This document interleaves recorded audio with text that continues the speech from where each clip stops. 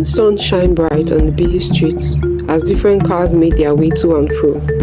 Then suddenly, cars were no longer moving. Some drivers were shouting, others came out of their car to observe the traffic.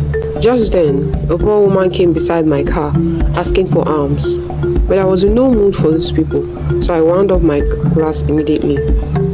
But while the poor woman kept begging, I overheard people saying that I was wicked. That woman is old enough to be your mother. Because she's a beggar, you treat her badly? I immediately put on my earpiece and turned on the music, ignoring them.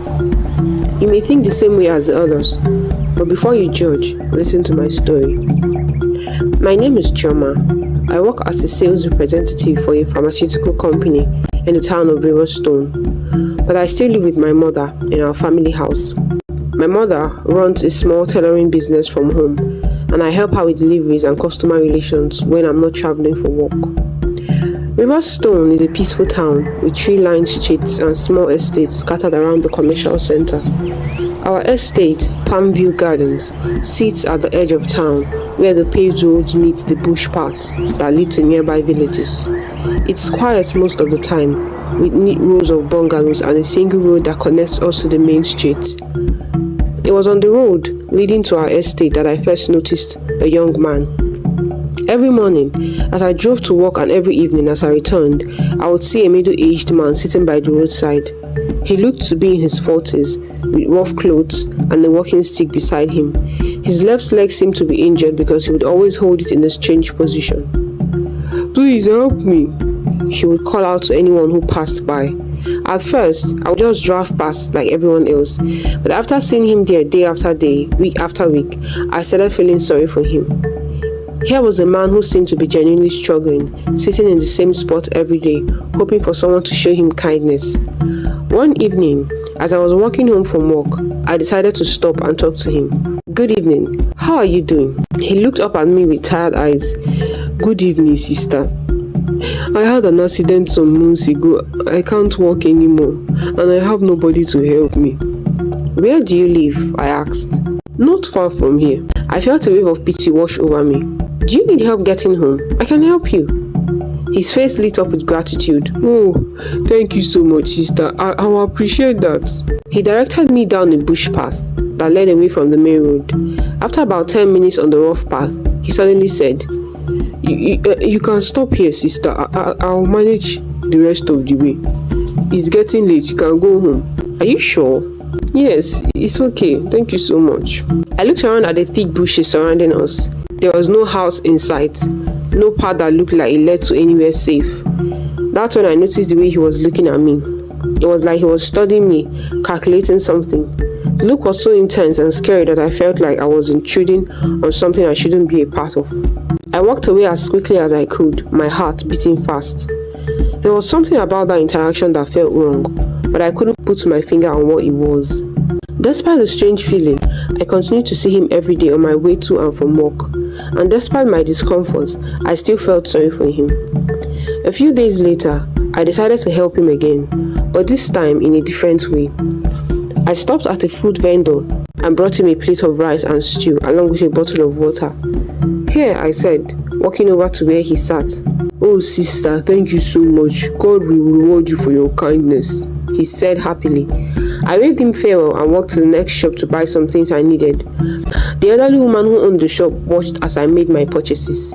"Chioma, you and this your beggar friend. People are talking now." I looked up surprised. "What do you mean?"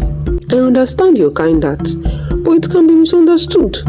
And you're also a young woman. What will men think when they see you with a roadside beggar?" "But it's not like that, oh mommy. He's just an unfortunate man that needs help."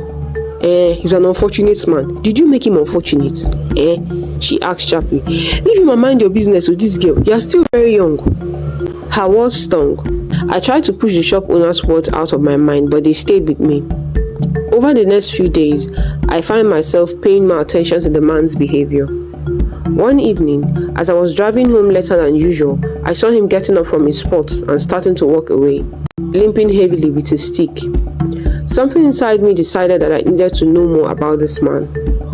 I parked my car at a distance and decided to follow him on foot, keeping far enough behind so he wouldn't notice me. He took a completely different route from the one he had shown me before, heading deeper into the bush instead of toward the village parts. As I followed him, I began to feel scared. The sun was setting quickly and we were moving further and further away from civilization. The path was getting narrower and the bushes were getting thicker. Every instinct in my body was telling me to turn back, but my curiosity was stronger than my fear. After about 20 minutes of walking, he suddenly stopped. "Whoever you are following me, show yourself," he called out loudly. My heart nearly stopped. I quickly ducked behind some thick leaves, trying to control my breathing. I could hear his footsteps getting closer to where I was hiding. My whole body was shaking with fear. But just then, a cat jumped out from the bushes. "Go home," he said to the cat, and I heard his footsteps moving away. I waited for several minutes before I dared to peek out from my hiding place. He was continuing down the path, but I was now too scared to keep following. I was tired, soaked in sweat, and completely lost. I tried to find my way back to the main road, but in the darkness, everything looked the same. As I stumbled through the bush trying to retrace my steps, my foot caught on something. I looked down and saw a rope stretched across the path, but before I could react, I tripped and fell hard, hitting my head on a rock. Everything went black. When I woke up, the first thing I noticed was that I couldn't move my arms. They were tied tightly behind my back. My head was pounding and my mouth was dry. As my eyes adjusted to the dim light, I realized I was in some kind of cave. Soon, I heard voices coming from deeper in the cave. As the voices got closer, I saw figures in dark hooded robes entering the part of the cave where I was tied up. My blood ran cold when I saw who was leading them. It was the beggar, the man I had been helping for months. But he looked completely different now. He wasn't limping, he wasn't hunched over, and his clothes were clean and expensive looking. The walking stick was nowhere to be seen also.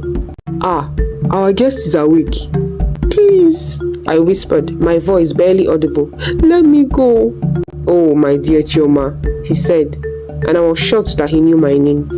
The other hooded figures began arranging knives and other tools on the stone table. I didn't want to think about what those tools were for, but my imagination was running wild with terror. As they began preparing their tools, I knew I had to think of something fast, as my life depended on it. "Wait!" The man who had pretended to be a beggar, who I later learned was called Muzi, paused and looked at me with interest. "I can replace you. I know how to make people trust me, how to make them want to help. I'm young, I'm a woman. People will feel more sorry for me than they do for you. Let me work for you." After much thought, Muzi agreed as he was tired of the act already. I couldn't believe it. I was just trying to buy time, hoping someone would find me or that I would get a chance to escape. I never thought they would actually agree. "But," Muzi continued, "if you try to deceive us, we will find you." They untied me and made me give them my phone number, my address, and detailed information about my daily routine. They told me exactly where I would sit and what I would say to people and how I would signal them when I had found a suitable target. When I walked through our front door, my mother screamed. I collapsed into her arms and told her everything. "We have to leave. We have to leave here immediately," I said. My mother was quiet for a long time, thinking. We weren't sure if it was safe, but we took the risk and left as early as possible the next morning. As my mother drove, I kept looking back through the rear window, checking to see if anyone was following us. Every car that appeared behind us made my heart race. "Don't worry, my dear," my mother said, noticing my anxiety. "God will protect us. We are going to start a new life somewhere safe." "Mama," I said as we drove through this town, "I'm sorry for bringing this danger to our family. If I had just minded my own business like that shop owner said." "Don't blame yourself, my daughter. You have a kind heart, just that these evil people took advantage of that kindness. That's not your fault, okay?" We drove in silence for a while, both of us lost in our thoughts. I was thinking about all the people who might fall into the same trap I had fallen into, all the kind-hearted people who would see Muzi or whoever replaced him and think they were helping someone in need. Well, that was how I got into this town. I found a new job at a small clinic in the town, and my mother started teaching sewing classes at the local community center. Alright, now you've known my story, you are free to judge.